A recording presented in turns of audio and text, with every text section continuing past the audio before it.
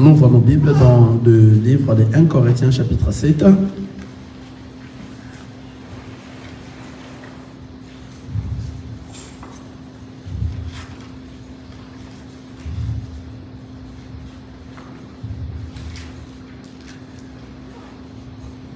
Si nous venons dans cet endroit, c'est pour écouter la parole de Dieu, manger le corps et boire le sang. Amen. Amen. Un prédicateur qui monte au-dessus de la chair, il n'est venu que parler de l'homme, de Christ, de notre Seigneur Jésus-Christ. Amen. Amen. On ne parle que de lui. On ne vient pas pour soulever un homme dans cet endroit. Amen. Nous venons pour soulever celui qui est saint. Or, celui qui est saint, c'est le Seigneur Jésus-Christ. C'est sous son onction que nous prêchons cette parole. Amen. On ne prêche pas la parole de Dieu sous l'onction d'un autre ministre physique comme ça. Non. Tout prédicateur, tout enseignant de la parole de Dieu, tout homme de Dieu, lorsqu'il passe devant pour prêcher la parole de Dieu, il le prêche sous l'onction de celui qui est saint. Or, celui qui est saint, c'est le Seigneur Jésus-Christ. Amen. Acclamons pour le Seigneur Jésus. Acclamons pour lui, il est le roi des rois. On ne vient pas prêcher sous l'onction d'un ministre. Nous avions assez entendu ça. On a assez entendu parler de ça. Je suis venu prêcher sous l'onction de mon papa. Non! Ton papa, qui est ce papa? Un ministre physique, comme ça, comme toi et moi. Non. Amen? Amen. Non. C'est lui qui nous a mandatés dans ces choses. C'est celui qui est saint. Lorsque nous venons ici dans cet endroit, nous venons prêcher sous l'onction de celui qui est saint. C'est le Seigneur Jésus-Christ. Amen? Amen. Parce que nous avions entendu beaucoup parler, amen, de tout ça. Nous allons continuer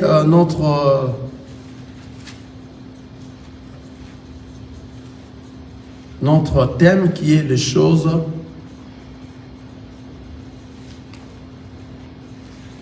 comment? Des choses élémentaires. Merci. Donc aujourd'hui, on s'est dit nous allons entrer dans ce qui concerne le mariage entre un homme, un païen, un homme de Dieu et un païen. Donc un chrétien et un non-chrétien. Amen. Nous allons aller au début. C'est pour ça que nous sommes allés voir le livre de 1 Corinthiens chapitre 7. Nous allons commencer au début et entrer dans le verset 10. C'est là où ça commence. Mais on peut toutefois commencer au début dans 1 Corinthiens chapitre 7 dans le premier verset. Amen. Nous allons voir le mariage entre un chrétien et un chrétien. Nous avions vu la fois passée, mais nous pourrions continuer un peu ici et nous allons entrer dans le mariage entre un païen et une païenne, et un païen et un chrétien, ou bien un païen et une chrétienne, ou bien une chrétienne et un païen. Amen. Et après, nous allons voir qu'est-ce qui peut arriver dans le mariage des païens-païens. Alléluia. Voilà, tout est dans la Bible. Amen. Toujours, nous profitons ça dans les choses élémentaires, car ce sont des choses que nous devons, en tout cas, mettre d'abord en premier lieu. Amen. Car nous avions commencé, n'oubliez pas, dans l'amour de Dieu. On a commencé dans le livre dans le premier livre que nous avions commencé à lire, dans Jean chapitre 14, le verset 15. Amen. On peut la relire aujourd'hui pour la bonne audition. Jean chapitre 14, car c'est de par là que nous amène tout ça. Amen. Car nous sommes en train de parler sur l'amour. Amen. Jean chapitre 14, le verset 15 nous a dit, si vous m'aimez, gardez mes commandements. Amen. Et dans le verset 23, la parole nous dit, dans les Jean chapitre 14, dans le verset 23 à descendant, la parole nous dit, Jésus lui répondit, si quelqu'un m'aime, il gardera ma parole. Et mon Père l'aimera, nous viendrons à lui et nous ferons notre demeure chez lui. Celui qui ne m'aime pas ne garde point mes paroles, et la parole que vous entendez n'est pas de moi, mais du Père qui m'a envoyé. Amen. Voilà, c'est par là que nous sommes entrés de voir réellement l'amour que le Seigneur Jésus est venu pour nous, c'est pour nous sauver. Il a quitté le ciel pour venir nous sauver. C'est par rapport à l'amour que Dieu a tant aimé le monde qu'il a envoyé son Fils unique, afin que quiconque croit en lui ne périsse point, mais qu'il ait la vie éternelle. Et nous avions martelé ici en disant que quiconque qui ne va pas croire en lui va périr et n'aura pas la vie éternelle. Amen. Ce sont que le quiconque qui vont croire en lui. Car parmi les quiconques, on a deux catégories. Quelqu'un est avec moi?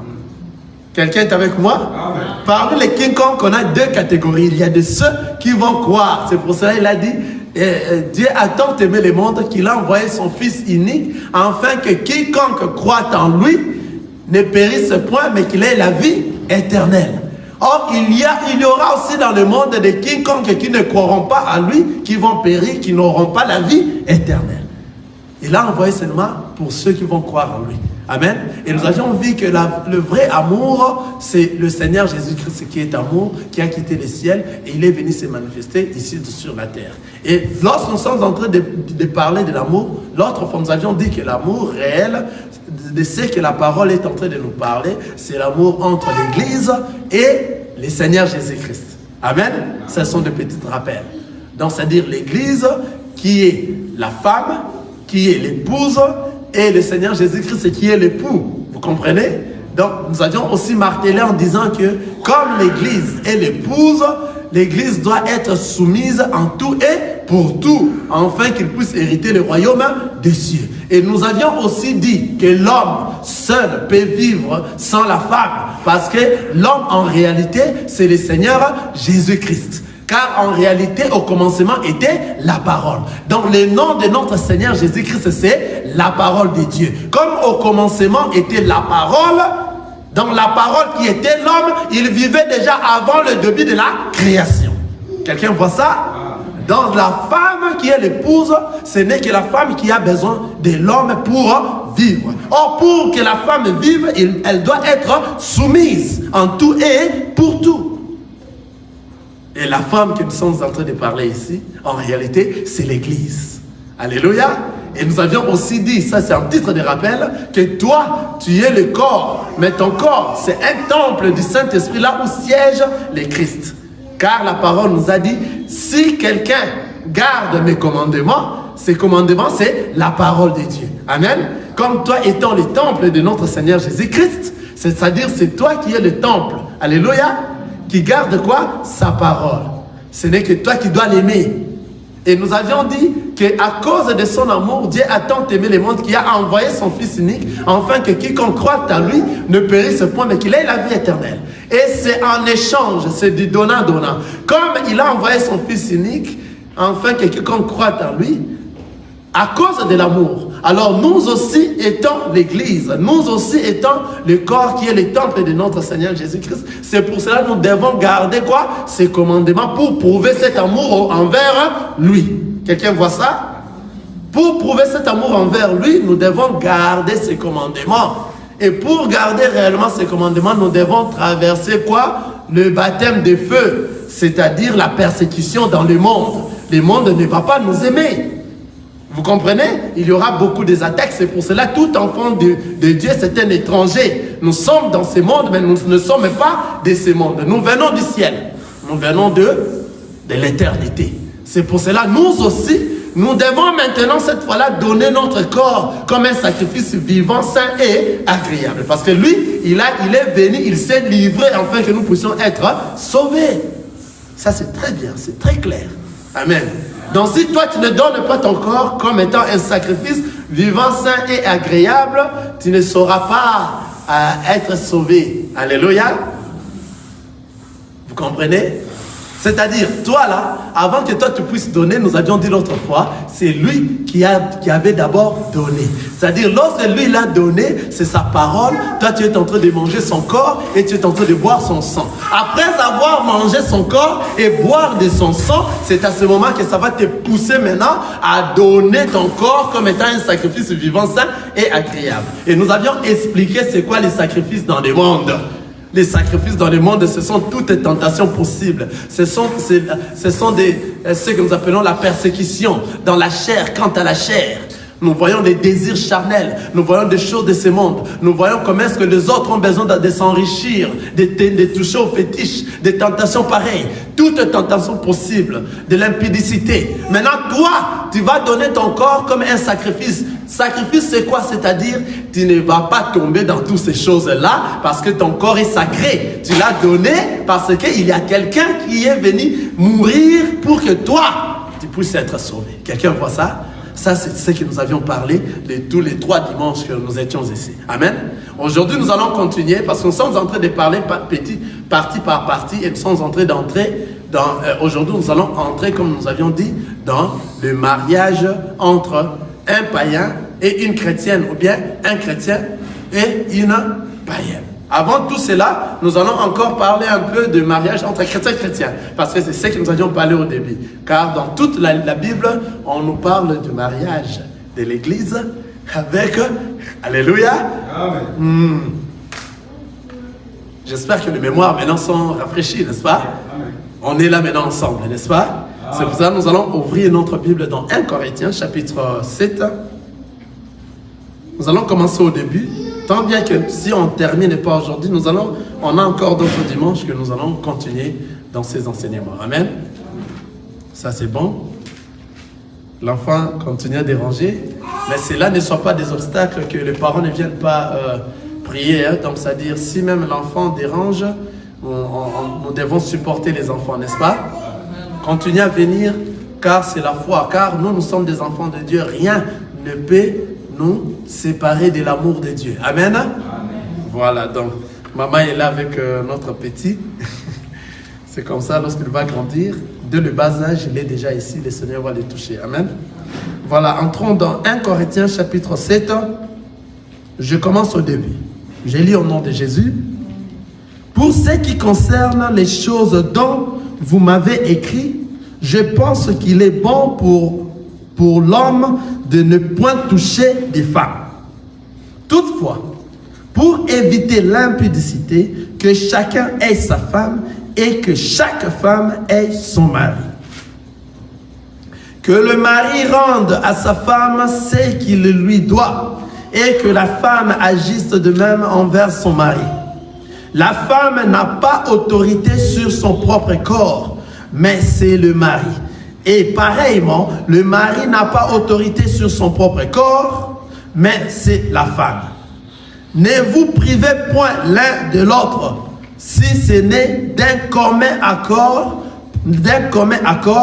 pour un temps, afin de vaguer à la prière, puis retourner ensemble de peur que Satan ne vous tente par votre incontinence. J'ai dit cela par la condescendance, je n'en fais pas un ordre. Je voudrais que tous les hommes fussent comme moi, mais chacun tient de Dieu un don particulier, l'un d'une manière et l'autre d'une autre.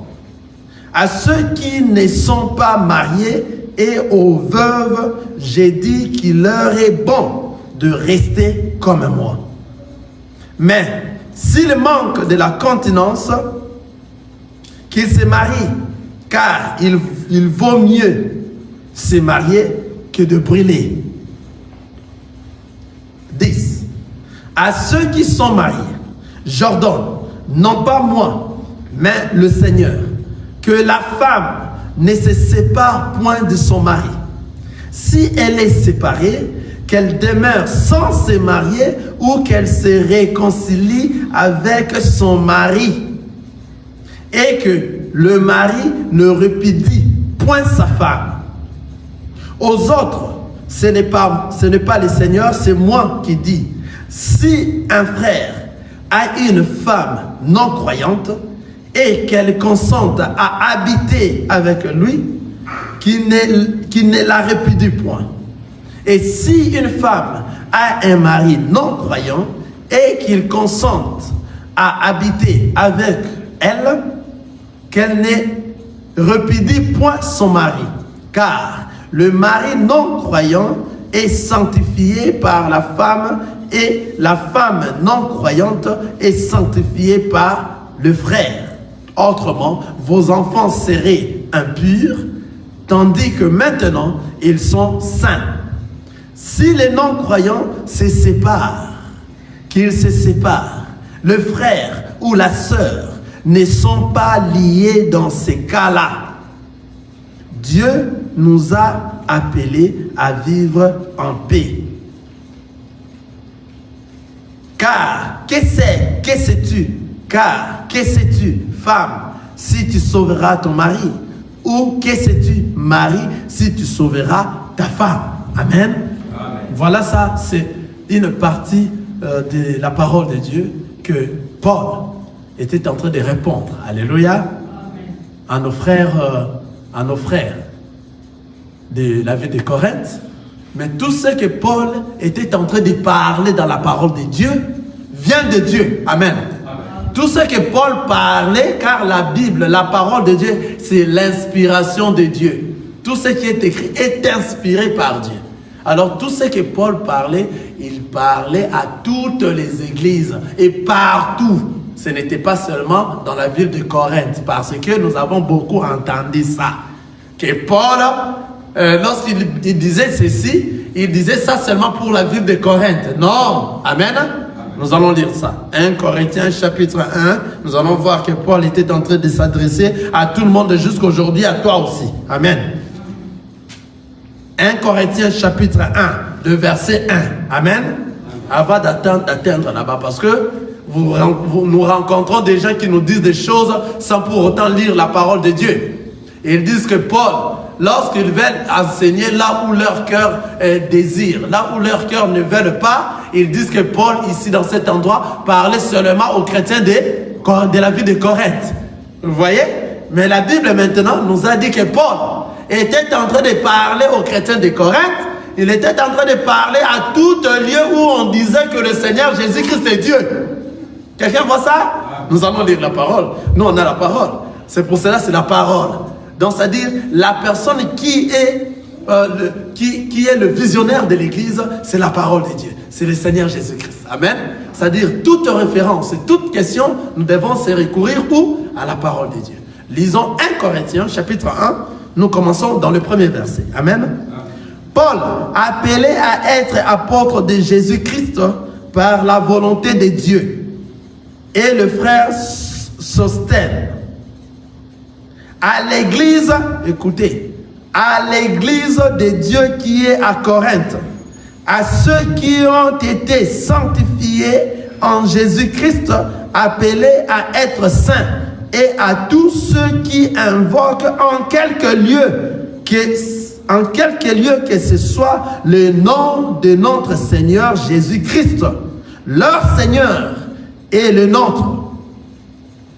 Quelqu'un a écouté cette parole? Je peux répondre, n'est-ce pas? Je peux répondre, n'est-ce pas? Ici, nous sommes en train de voir comment Paul, lorsqu'il était en train d'enseigner, il n'enseignait pas seulement dans la ville de Corinthe.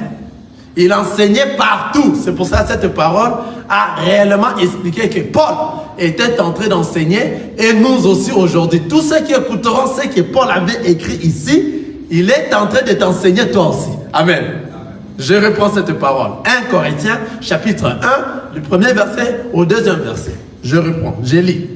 Paul, appelé à être apôtre de Jésus-Christ par la volonté de Dieu, et de frère Sostène. Il est appelé à être apôtre de Jésus-Christ par la volonté de Dieu. Amen. Maintenant, pour aller prêcher où? Écoutez. 1. À l'église de Dieu qui est à Corinthe. Amen. À l'église de Dieu qui est à Corinthe. 2. À ceux qui ont été sanctifiés en Jésus-Christ, appelés à être saints. Donc, c'est-à-dire tous ceux qui ont été sanctifiés en Jésus-Christ, c'est-à-dire à la parole de Dieu, et tous ceux qui mettent en pratique cette parole, ce sont ceux-là qui sont sanctifiés en Jésus-Christ, appelés à être saints.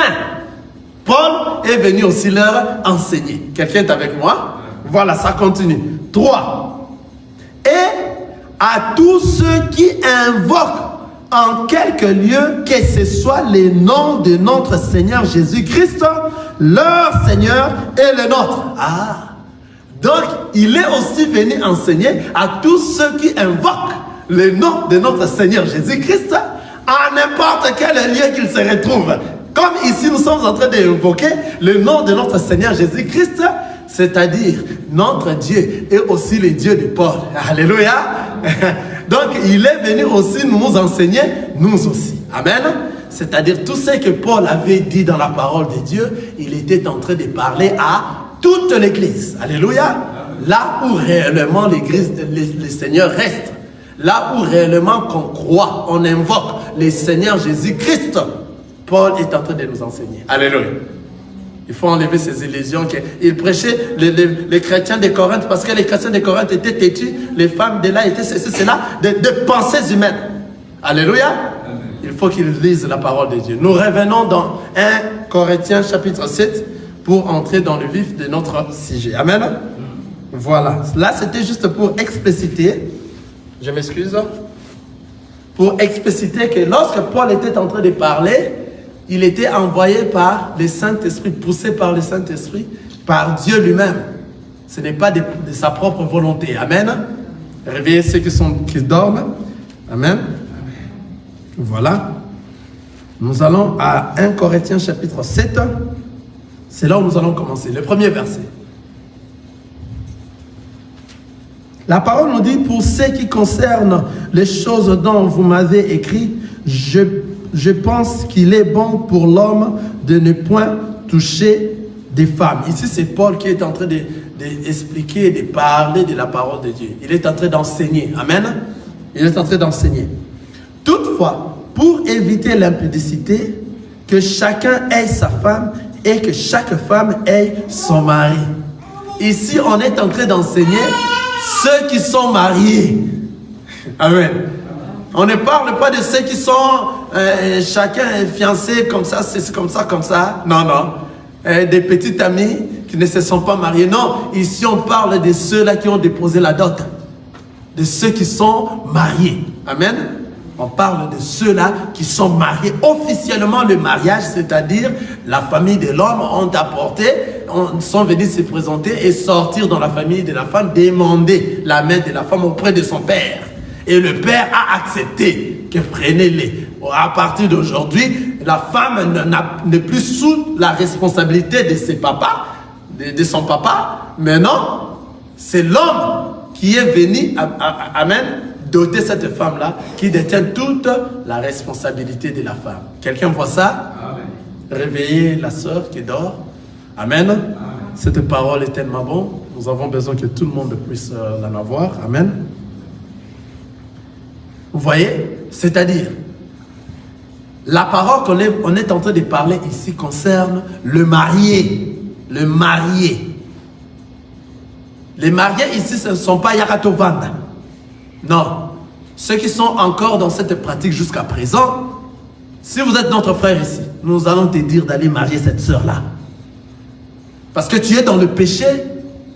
Tu vis dans le péché. Amen. La sœur dort beaucoup. Amen. Amen. Donc tu vis dans le péché. Amen. Ouais, le sommeil apporte tout le monde. Hein? Amen.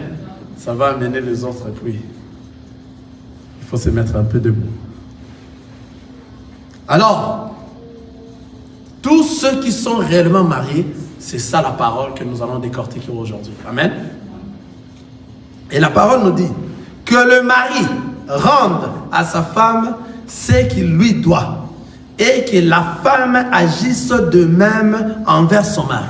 C'est-à-dire dans le mariage, le mari doit rendre à la femme ce qu'il lui doit et que la femme aussi doit agir la même envers son mari. Et il ajoute, il dit, la femme n'a pas autorité sur son propre corps, mais c'est le mari. Et pareillement, le mari n'a pas autorité sur son propre corps, mais c'est la femme. Ne vous privez point l'un de l'autre, si ce n'est d'un commun accord pour un temps, afin de vaguer à la prière. Je dis bien à la prière, pas de vaguer à autre chose inutile. À la prière, amen, puis retournez ensemble, de peur que Satan ne vous tente par votre incontinence. C'est-à-dire, lorsque vous êtes dans le mariage, l'ambiance doit être dans le mariage, ensemble. Ne vous privez pas l'un de l'autre, non. Il ne faut pas se priver l'un de l'autre. Nous allons revenir dans ça parce que notre vif sujet, ça va commencer dans le verset 10. Amen. Que nous sommes en train de parler par rapport au mariage et au divorce. Amen. J'ai dit, le verset 6, je dis cela par condescendance, je n'en fais pas un ordre. Je voudrais que tous les hommes fussent comme moi, mais chacun tient de Dieu un don particulier, l'un d'une manière, l'autre d'une autre. À ceux qui ne sont pas mariés et aux veuves, j'ai dit qu'il leur est bon de rester comme moi. Paul les a conseillés, nous a conseillé de rester comme lui. Pour ceux qui ne sont pas, c'est bon pour lui, c'est bon de rester comme lui. Amen. Mais il dit ceci, mais s'il manque de continence, qu'il se marie, car il vaut mieux se marier que de brûler. Si tu ne sauras pas rester comme ça, et que tu es veuve, et que tu es une femme veuve, ou bien tu es un homme, on dit ça vif, qui manque, qui a perdu sa femme, rester seul. Et Paul a dit c'est mieux de rester comme ça. Mais il dit si tu n'arrives pas, que tu ne sauras pas, il te faut mieux de te marier que de brûler. Quand brûler là, tu ne sauras pas si tu n'arrives pas à te contenir, tu vas brûler, tu vas pécher. Tu vois? Cherche-toi un mari, cherche-toi une femme pour habiter ensemble et va les marier officiellement. Amen. Voilà. Maintenant, notre vif de sujet commence dans le verset 10. À ceux qui sont mariés, j'ordonne, non pas moi, mais le Seigneur, que la femme ne se sépare point de son mari. Si elle est séparée, qu'elle demeure sans se marier ou qu'elle se réconcilie avec son mari et que le mari ne répudie point sa femme. Amen. Ici, Paul est en train de parler de ceux qui sont mariés et de ceux qui sont des chrétiens et chrétiens. C'est ce que nous avions parlé dans la deuxième partie, que lorsqu'on est venu demander à Jésus, il faut qu'il ait des divorces. Jésus n'a pas voulu les divorces. Amen. Vous comprenez cela? C'est pour cela que Paul est en train d'insister ici. Il dit ceci. À ceux qui sont mariés, j'ordonne, non pas moi, mais le Seigneur, que la femme ne se sépare point de son mari. Donc, ici on est en train de parler des enfants de Dieu qui se sont mariés, les enfants de Dieu qui se sont mariés dans la même famille, c'est-à-dire, ils sont en train de manger la même sémence. La même famille, j'avais dit l'autre fois, ce n'est pas parce que vous êtes les Bakongo, vous êtes mariés, ce n'est pas ça cette famille que la parole de Dieu est en train de dire. Ce n'est pas parce que vous êtes les Batété, là, vous êtes mariés, c'est ça la même famille. Non, la même famille, c'est ceux-là qui mangent la même sémence du Père et le mettent en pratique. C'est-à-dire les enfants de Dieu qui mettent la parole de Dieu en pratique. Attention, c'est pour ça que nous avions dit, il ne faut pas aller marier à l'extérieur. Amen. À l'extérieur de la famille. Si on dit la famille des enfants de Dieu, ce sont ceux-là qui mettent en pratique la parole de Dieu. Tu peux venir ici à l'église, mais si tu n'es pas encore un enfant de Dieu, tu n'es pas fait partie de la famille. Est-ce que quelqu'un m'écoute? Ça, c'est difficile. Donc, tu peux venir à l'église. Mais toi, si tu ne mets pas en pratique la parole de Dieu, c'est-à-dire toi, tu ne fais pas partie de la grande famille des enfants de Dieu. C'est pour cela qu'on ne se marie pas parce que c'est notre frère de l'église. Est-ce que celui-là met en pratique la parole de Dieu? Pour faire partir dans la grande famille des enfants de Dieu, il faut manger la même sémence et la mettre en pratique. C'est-à-dire un enfant de Dieu. Oh, je vais me marier seulement avec ma soeur qui est dans l'église parce qu'on est dans la même église. Non, on ne se marie pas parce qu'on est dans la même église. Alléluia. Alléluia. Amen. Si on est dans la même église, Maintenant, il faut regarder parmi nous réellement si celui-là dans l'église est déjà devenu réellement un enfant de Dieu ou bien il est venu que pour un temps pour partir. Maintenant, ceux-là qui sont devenus enfants de Dieu, ce sont ceux-là qui constituent l'église. Je ne suis pas contredit. Tout ce qui est réellement un enfant de Dieu, c'est un enfant de Dieu qui vient dans l'église et qui a changé, qui est devenu un véritable enfant de Dieu. Si je viens de vous dire ainsi parce que il y a pas mal de ceux-là qui croient être dans l'église, mais ce ne sont pas des églises. Quelqu'un voit ça? Si vous êtes ici dans l'église, vous mangez la même sémence, nous allons voir dans les fruits que réellement notre frère a changé. Il est maintenant dans la famille des enfants de Dieu. Quelqu'un voit ça? La même sémence. La sémence du Père. Parce qu'il y a de ceux-là qui sont de... On les appelle des comment? Qui donnent les apparences. Amen.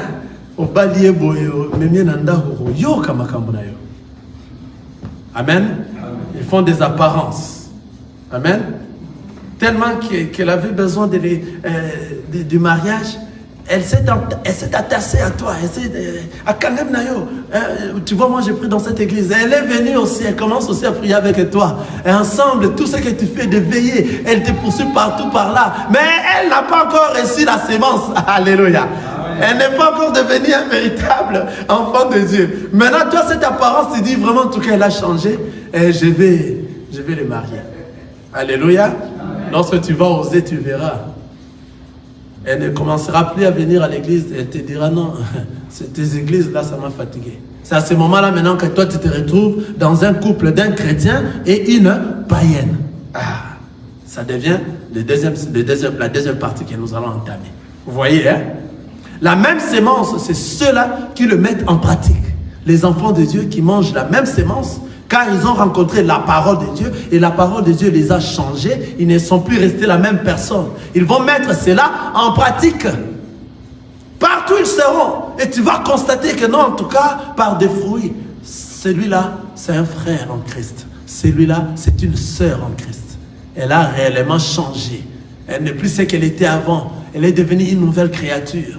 Cela ne s'efforce pas. Cela ne s'efforce pas, ça vient spontanément parce que toi tu as déjà été choisi avant la création. Toi tu as été un prédestiné, tu vois ça? Un prédestiné. C'est à ce moment-là maintenant, ici Paul est en train de parler de ceux-là qui se sont mariés dans la famille. Parce que nous ne sortons pas en dehors de la famille. Si tu sors en dehors de la famille, et t'as l'io. Maintenant, ceux-là qui se sont mariés dans la famille, Paul a dit il n'y a pas de séparation entre eux. C'est-à-dire les enfants de Dieu entre eux. Enfants de Dieu et enfants de Dieu dans la même famille. Parce que nous, on se marie dans la même famille. Amen. Amen. Comme Adam et Ève avaient leur seul père qui est le Seigneur Dieu dans la même famille. Amen. Après la mort de... Après que Adam, on a fait coucher Adam pour ressortir Ève, n'est-ce pas? Dieu pourrait, Dieu est puissant. Il pourrait faire Ève de notre côté, pour amener Ève auprès d'Adam. Mais Dieu a voulu que Ève sorte d'Adam, alléluia, dans la même famille. Vous comprenez? C'est comme ça la parole de Dieu. Et ceux qui réellement reçoivent la vraie parole, ceux qui réellement constituent l'Église, parce que parmi les enfants d'Israël, il y avait de ceux qu'on appelait le ramassis, mais ils étaient ensemble. Les infiltrés sont encore là. Alléluia. Il te dira que moi je suis un enfant de Dieu, je mange la même sémence que toi, mais en réalité c'est un infiltré. Tu tombes à un infiltré. Tu verras la pure des choses dans ton mariage. Quelqu'un voit ça? C'est pour cela, nous les enfants de Dieu, le Seigneur exauce nos prières. Si réellement vous êtes enfant de Dieu, il va réellement t'envoyer à une des sœurs ou à un frère de la famille. Alléluia. Et lorsque vous êtes de la famille, vous mangez la même sémence, il n'y aura pas de séparation entre vous. Alléluia.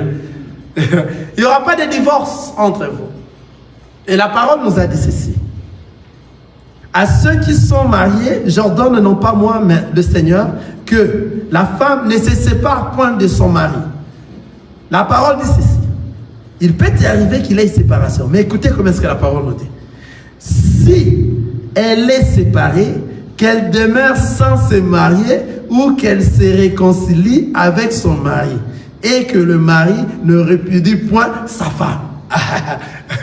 Donc, c'est-à-dire, si vous êtes les enfants de Dieu, vous êtes mariés, c'est comme nous avions parlé sur les mariages, qui est le vrai mariage qui est entre l'Église et le Seigneur Jésus-Christ. Il n'y a pas de divorce. Mais le cas de se séparer, une séparation peut arriver. Mais le Seigneur nous dit, si elle est séparée, qu'elle demeure sans se marier. Ah. Donc si toi tu es dans le mariage et que tu t'es séparé, toi un enfant de Dieu, à cause des choses du monde ou bien une dispute ensemble avec ton mari, vous êtes séparés avec votre mari, là où tu es, pour que toi tu puisses hériter le royaume des cieux, il faut que toi tu demeures sans se marier. Oui, ça m'a cassé. Amen. Donc tu vas demeurer sans se marier. Tu vas demeurer sans coucher avec un ou bien avec un homme ou bien avec une autre femme. Une fois que tu fais cela, tu tombes dans l'adultère. Pendant tout ce temps de la séparation, le Seigneur nous demande de s'abstenir jusqu'à ce que vous allez vous réunir. Vous aurez à vous réconcilier et reconstruire encore votre mariage, reconduire votre mariage ensemble. Parce que dans votre mariage, il n'y a pas de divorce. Il n'y a pas de séparation. Alléluia. Les séparations en titre de divorce. Vous voyez? C'est-à-dire, la séparation peut arriver. Les séparations peuvent arriver. Mais ces séparations-là, le Seigneur nous a dit qu'elle se réconcilie avec son mari. Et puis l'homme ne peut pas répudier aussi sa femme. Parce que vous êtes dans un mariage entre les chrétiens. Si un parmi vous, après avoir se séparé, il continue à faire une vie ensemble avec, à prendre d'autres filles, à prendre d'autres maris, celui-là qui ne se dise plus qu'il était enfant de Dieu dans ce cadre ici, non. Parce que le mariage entre enfant de Dieu et enfant de Dieu, les deux ne se craignent pas, mais les deux craignent la parole de Dieu. Donc les deux sont en train de marcher par rapport à la parole. Pourquoi? Parce que c'est la sémence. C'est cette sémence-là qui est en eux, qui est le Saint-Esprit qui est en train de gouverner et diriger. La femme connaît très bien son rôle et le mari aussi connaît très bien son rôle. Donc la femme sera soumise en tout et pour tout, et le mari va aimer la femme comme le Christ aime son Église. Alléluia. Le Seigneur Dieu a su la femme, que la femme est un être très dur pour se soumettre. La femme a un problème pour se soumettre. Alléluia. Dieu a su cela. Dieu a su que la femme ne peut pas se soumettre. La femme n'aime pas se soumettre. Mais comme Dieu a compris la femme, car c'est lui-même qui l'a créée, il sait que ça, c'est très dur pour la femme. Alors c'est la femme qui doit être soumise. Parce que la femme ne saura pas se soumettre. Or la parole, si réellement c'est une femme qui est sortie de mes entrailles, vous comprenez? Des entrailles de notre Seigneur Dieu, c'est une femme qui est venue de lui, cette parole ne va pas lui faire mal. Alléluia. Cette parole ne va pas faire mal à cette femme-là. Alléluia. Elle va se soumettre facilement. Et elle va marcher par rapport à la parole de Dieu parce que c'est une chrétienne. Elle est dans le mariage entre chrétiens. Dans ces cas-là, les deux sont en train de marcher par rapport à la parole de Dieu. Ils ne marchent pas par rapport à l'écoute de leur maman. J'ai écouté ma maman dire ceci. Non. Mes amis ont dit ceci. Non. Mes frères m'ont dit ceci. Non. Ma famille m'a dit ceci. Non. Non. Dans les mariages des enfants de Dieu, on marche par rapport à la parole de Dieu. Vous dès maintenant, parce que vous avez la même sémence, vous allez voir comment est-ce qu'il y aura l'harmonie dans cet mariage. Alléluia. Vous allez marcher par rapport à la parole de Dieu. à la crainte de la parole de Dieu. C'est que toi, tu ne veux pas que l'autre on te fasse, l'autre là ne va pas te le faire parce qu'elle te connaît déjà, elle respecte la parole de Dieu. L'autre aussi, il est en train de respecter la parole de Dieu. Il sait déjà son rôle. Et toi aussi, la femme, tu connais ton rôle. Regardez des mariages pareils. C'est ça le mariage entre l'église avec l'époux, qui est le Seigneur Jésus-Christ. Alléluia. L'époux par excellence, le Seigneur Jésus-Christ, qui connaît bien son rôle. Alléluia. Qui t'a déjà aimé le premier. Et toi, il te demande seulement, toi, d'être soumise. D'être soumise à sa parole. C'est ce qui crée un problème. Parce que, en réalité, la véritable femme, c'est l'église. C'est toi qui est le temple de notre Seigneur Jésus-Christ, qui doit être soumise. Comment? Par rapport à la parole de Dieu. Si toi, tu n'es pas soumise et tu ne la mets pas en pratique, hein, tu n'hériteras pas le royaume des cieux parce que tu n'es pas soumise à la parole de Dieu. Quelqu'un voit ça? Tu n'obéis pas à ton homme. Or, ton homme, c'est la parole de Dieu. C'est pour cela, en physique, comme ça aussi, la femme doit être soumise à l'homme. Et l'homme doit jouer son rôle comme Jésus-Christ aime son église. Amen. Dans les cas ici, on n'a pas assez de problèmes. Amen. Si vous êtes des enfants de Dieu, il n'y a pas assez de problèmes. Vous êtes dans le bien et tout va bien. Amen. Ici, il n'y a pas de problème. Et il n'y aura pas de divorce ici. Dans les cas des chrétiens, il n'y a pas de divorce. Parce que tout enfant de Dieu marche à la crainte de la parole de Dieu. Et parmi vous, vous êtes des enfants de Dieu ensemble. Chacun est en train de marcher pour arriver où? À la destination, à la vie éternelle. Quelqu'un voit ça? Chacun se protège pour hériter le royaume des cieux. Pour être enlevé le jour de l'enlèvement. Vous voyez? Donc la femme sera obéissante à son mari.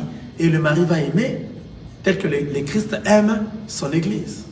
Et vous êtes en train aussi de pratiquer cette parole. Pourquoi? Parce que vous prenez la même sémence. Vous comprenez? Dans ces cas, il n'y a pas de divorce. Mais il peut y avoir des séparations. Et que ces séparations, c'est là, chacun, c'est lui qui s'est séparé, là où il est parti, et l'autre où il est parti, où elle est partie, qu'elle reste comme ça sans se remarier, ou bien sans se faire la fornication. Et une fois que vous faites cela, vous tombez dans l'adultère.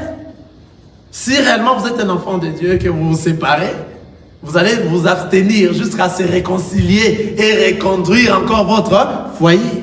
Quelqu'un voit ça? Là-bas, dans ces mariages, il n'y a pas de divorce. Et si vous avez des problèmes, cherchez des véritables hommes de Dieu. Si réellement vous avez des problèmes, pourquoi? Parce que vous êtes des enfants de Dieu, vous marchez déjà par rapport à la parole de Dieu. C'est très difficile que vous ne pourriez pas résoudre vos problèmes vous-même. C'est très difficile. Mais s'il arrivait que vous n'arrivez pas à résoudre ces problèmes vous-même, cherchez des hommes de Dieu compétents, de véritables hommes de Dieu. Vos pasteurs, ceux qui vous enseignent, parce que vous êtes déjà dans l'église, ceux qui vous enseignent cette sémence-là, ce sont eux-là qui feront tout pour vous réconcilier comme étant des enfants de Dieu. Et vous allez comprendre que le Saint-Esprit va vous toucher, et chacun de vous, parce que les enfants de Dieu savent comment pardonner l'autre. Car le Seigneur Jésus-Christ est allé sur la croix, il nous a pardonné de tous nos péchés. Vous voyez cela?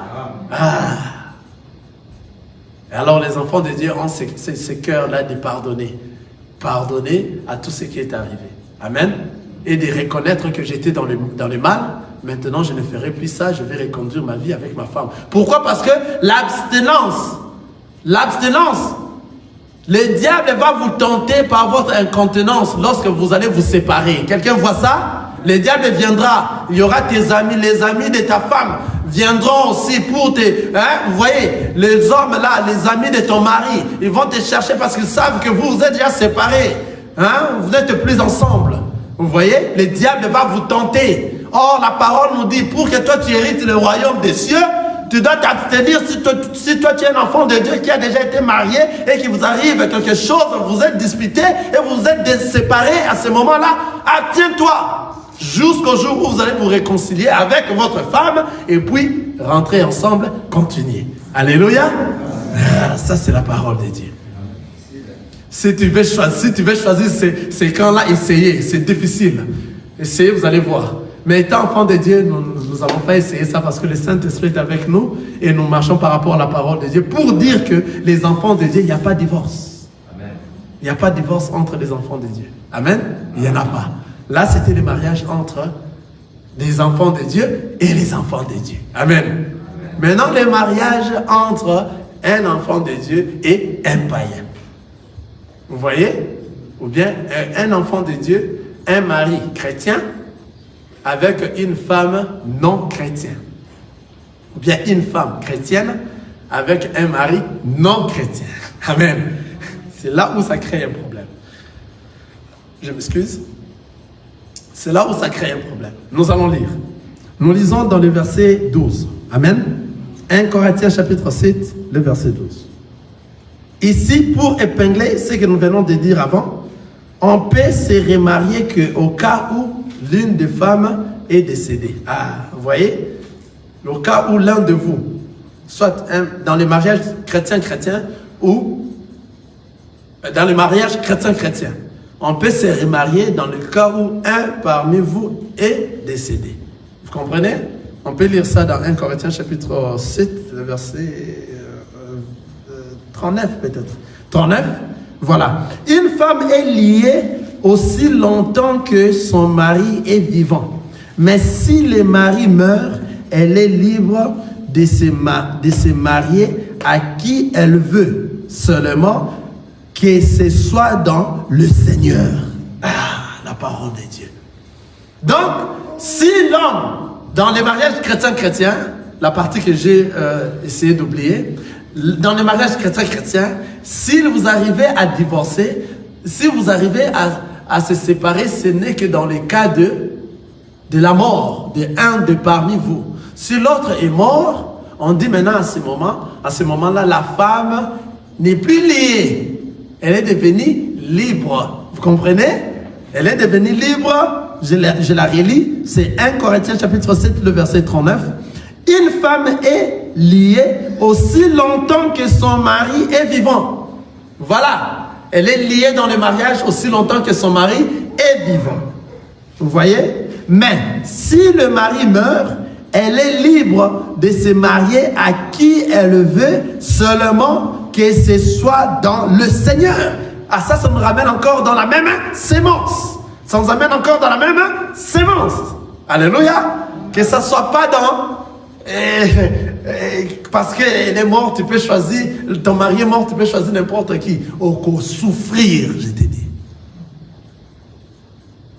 Que tu es allé en extérieur, en dehors des païens, tu es allé voir le païen parce que ton mari là, que tu es devenu libre. Non, que cela soit où dans les seigneurs. Dans les seigneurs. Donc tu ne peux pas sortir. Si tu sors, tu vas souffrir. Alléluia. Tu auras maintenant un cas de mariage que nous voulons parler maintenant. Le mariage entre un homme, un païen et une païenne. Là, c'est ça un problème. Là, on peut le revoir aussi dans le livre des Romains, chapitre 7, le verset 2. Romains 6, chapitre 7, le verset 2 nous dit aussi la même chose. Une femme est liée. Lorsque, frère Chai, si tu es déjà prêt, tu peux le relire. Romains, chapitre 7, le verset 2 nous dit la même chose. Une femme est liée si longtemps que son mari est en vie. Romains chapitre 7, verset 2.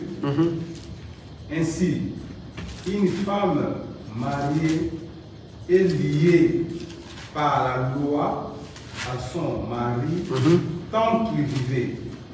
Mais si le mari meurt, elle est dégagée de la loi qui le a lié à son mari. Amen. Amen. C'est pour une confirmation auprès d'un autre témoin qui est Romains chapitre 7 de ce que je viens de dire ici. Amen. Vous comprenez cela? Maintenant, tombons maintenant dans le mariage entre un homme chrétien et une femme non chrétienne ou un chrétien et une chrétienne et une femme non chrétienne. Un chrétien et une païenne. Ok? Voilà. Je vais relire, je vois qu'on n'a plus assez de temps, mais on peut continuer le dimanche prochain, mais nous allons juste introduire. Amen. Alors vous aimez ça, hein? Amen. Amen. Voilà. On peut introduire 1 Corinthiens chapitre 7, le verset 12. Aux autres, ce n'est pas le Seigneur, c'est moi qui dis. Or, nous savons déjà que toute parole de Dieu est inspirée de qui? De Dieu. Lorsque Paul est en train de parler, il ne parle pas de lui. C'est pour ça qu'on a écrit ça ici. Alléluia. Il parle toujours de la parole de Dieu. Amen. Ne vous trompez pas par cette parole-là. Car tout ce qui est ici est inspiré de Dieu. Il dit ceci. Si un frère a une femme non croyante et qu'elle consente à habiter avec elle, avec lui, qu'il ne la répudie point. Et si une femme a un mari non croyant et qu'elle consente à habiter avec elle, qu'elle ne répudie point son mari. Car le mari non croyant est sanctifié par la femme et la femme non croyante est sanctifiée par le frère. Autrement, vos enfants seraient impurs, tandis que maintenant, ils sont saints. Si les non-croyants se séparent, qu'ils se séparent, le frère ou la sœur ne sont pas liés dans ces cas-là. Dieu nous a appelés à vivre en paix. Qu'est-ce que ceci veut dire?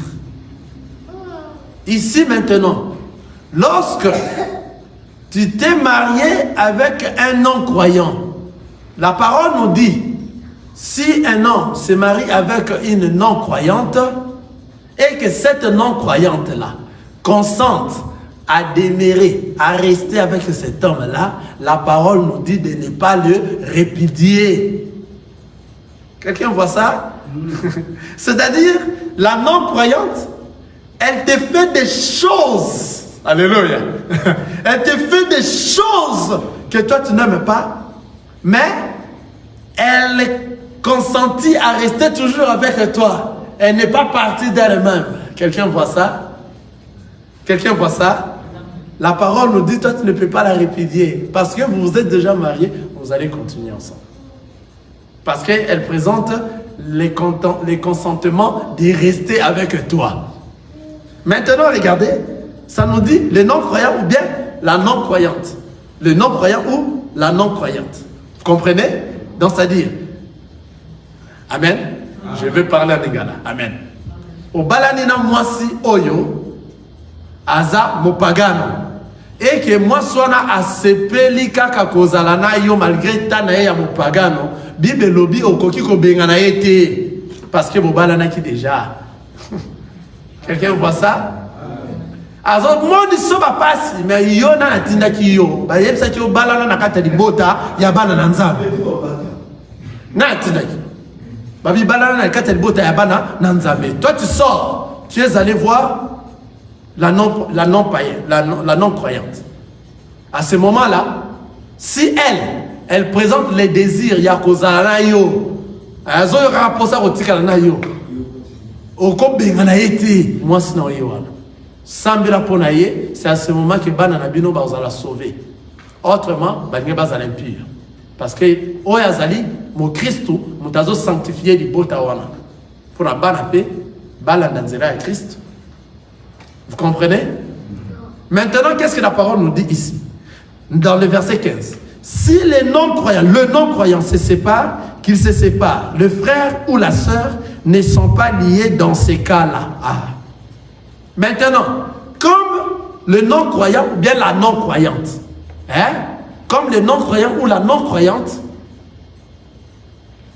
qui n'est pas chrétienne avec toi, qui veut se séparer, un jour, tu viens comme ça, toi qui es croyant, toi qui es chrétien, tu viens comme ça, tu as vu ta femme, a fait sortir toutes les histoires, elle est partie d'elle-même.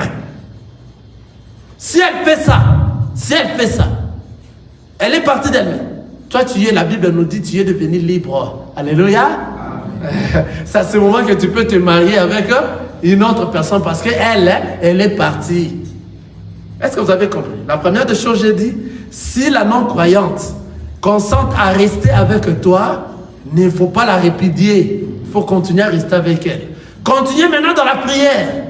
Priez beaucoup afin que deux choses. Soit que le Seigneur change son cœur, afin qu'elle aussi devienne croyante chrétienne comme toi, ou bien soit que le Seigneur endurcisse son cœur, qu'elle sorte d'elle-même, qu'elle parte.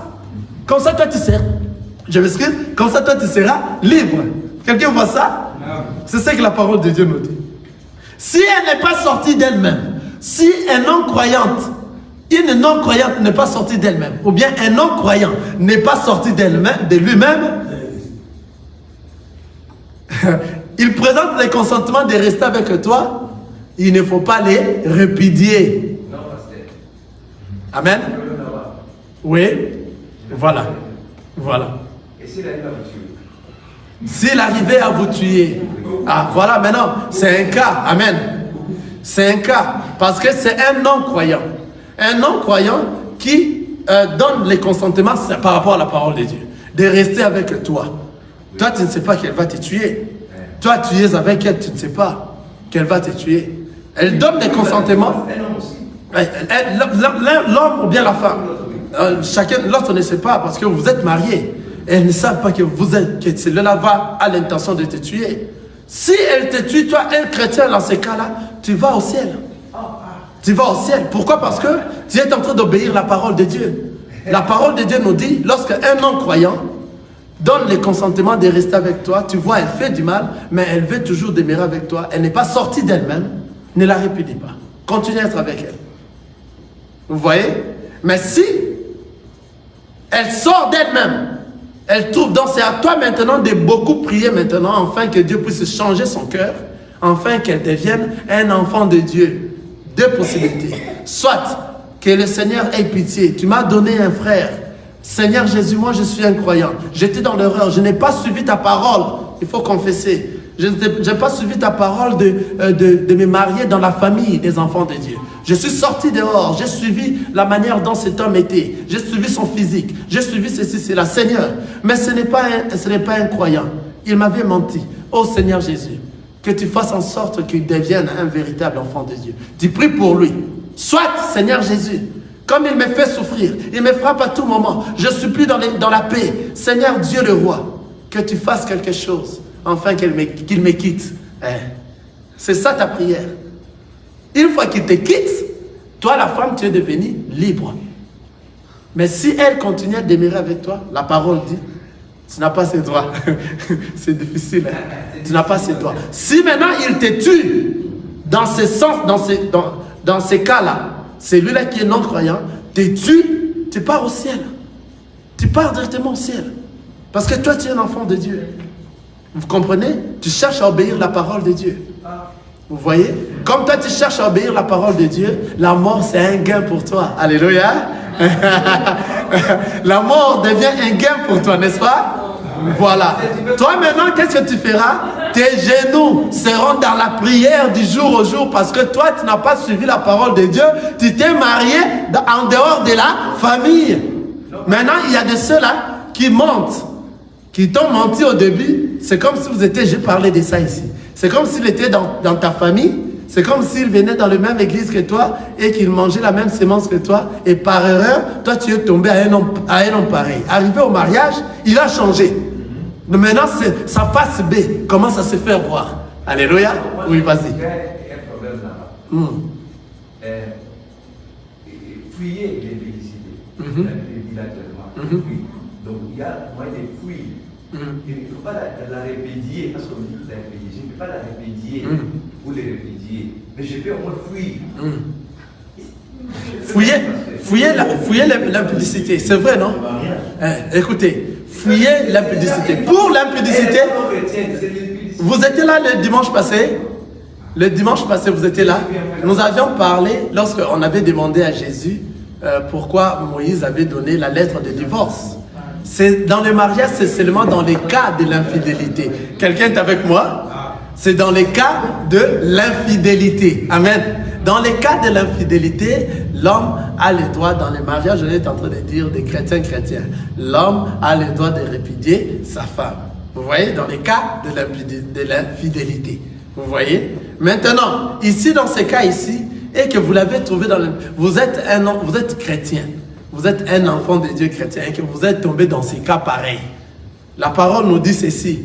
Lorsque vous les trouvez chrétiens et que vous êtes chrétien, vous pourrez aussi appliquer ce qui est la parole de Dieu, qu'elle marche dans... Si vous êtes un homme, elle marche dans l'impudicité. Hein? Donc, c'est-à-dire, elle est infidèle.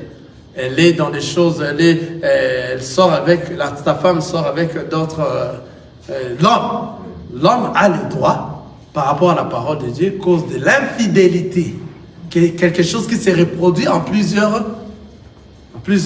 reprises, a le droit de répudier des divorces. Là, on parle dans les cas de divorce. Mais ici, lorsque la femme qui a un homme et que cet homme-là est un croyant et comment? Non-croyant, qui donne le consentement de rester avec toi, vous allez rester, papa. Vous allez rester ensemble. Mais toi, maintenant, femme et homme, parce que l'homme ou la femme est en train de donner les consentements de demeurer avec toi, tu vas entrer dans la prière pour que le Seigneur puisse les changer. La parole nous dit ceci, regardez. Dans le verset 16. Car, que sais-tu, femme, si tu sauveras ton mari, ou que sais-tu, mari, si tu sauveras ta femme? Vous comprenez? Si l'un de vous est que l'autre est entré dans... il vit dans la vie, il est non-croyant, et que toi tu es non-croyante, je vais répondre de tout correctement. 14. Car le mari non-croyant est sanctifié par la femme, et la femme non-croyante est sanctifiée par le frère. Autrement, vos enfants seraient impurs, tandis que maintenant, ils sont saints. Si les non-croyants se séparent, qu'ils se séparent. Vous voyez? S'ils partent, qu'ils partent. Maintenant, le frère ou la sœur ne sont pas liés dans ces cas-là, parce que le non-croyant est parti. Vous voyez? C'est pour ça que j'étais en train de dire ici, toi qui es croyant dans de telles sortes de mariages, tu auras des prières.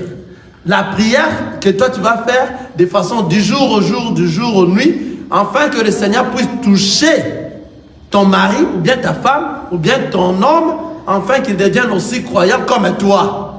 Parce qu'en travers ta prière, ça peut sanctifier aussi ton mari, et ton mari est devenu, a rencontré la parole de Dieu, il a changé par rapport à la prière que toi tu pries. Soit, ça va endurcir le cœur de celui qui est non-croyant, et comme son cœur sera endurci, il ne saura plus rester avec toi, parce que dans toi, c'est le Saint-Esprit qui brille. C'est la lumière qui brille. Comme lui, il est dans les ténèbres et la lumière ne saura plus rester ensemble. C'est à ce moment que le non-croyant va te quitter. Lorsqu'il te quitte, il part. Tu es devenu seul, libre. Dans ces cas ici, la Bible nous dit, tu n'es pas lié. Tu es maintenant libre de se remarier avec un homme, une autre femme, mais que cela soit dans le Seigneur. Amen. Nous allons revenir le dimanche prochain. Amen. Que le Seigneur vous bénisse. On a largement passé le temps. Ça, ce sont des très bonnes choses. Nous allons revenir le dimanche prochain. Voilà, même si ta femme, la non-croyante, c'est une assassin, hein, les kidnappeurs. Hein, on les appelle comment? Les kidnappeurs, les kaba-kaba. Donc il ne faut pas la répudier. On répudie sa femme seulement au cas de l'infidélité. Ah, c'est ce que la parole de Dieu nous dit. Toi, tu as constaté que ta femme est à la maison, c'est un kidnappeur, tu la répudies, tu pêches. Qui t'a envoyé de te marier? Et que cette kidnappeur-là consent de rester avec toi, il faut les garder, il faut la garder. Il y a un autre cas que je vais poser la semaine prochaine, parce que tu peux avoir une femme qui n'est pas croyante, mais tu l'aimes toujours. Ah, comme tu l'aimes toujours, il faut prier pour elle, afin qu'elle puisse, parce qu'au commencement c'était l'amour, c'est là où on a commencé, vous êtes aimés. Maintenant il faut que tu pries pour elle, afin qu'elle aussi, si elle a été choisie avant le commencement, il a été prédestiné, tu verras que cette femme-là va changer au travers de toi. Car c'est le Seigneur qui vous a réunis afin que vous soyez ensemble. Ou bien cet homme-là va changer au travers tes prières, parce que le Seigneur va exaucer, parce que la personne qui est à côté, il a déjà été choisi avant le début de la création du monde. Donc, c'est une personne qui a été déjà choisie par le Seigneur. Donc, c'est un enfant de Dieu, il va changer. Mais s'il n'a pas été choisi, il n'a pas été prédestiné, tu vois, le Seigneur, par rapport à ta prière, va endurcir son cœur. Il va sortir, il va te laisser avec les enfants. Alléluia. C'est à ce moment que tu es devenu libre pour se marier avec une autre. Amen. Que le Seigneur vous bénisse.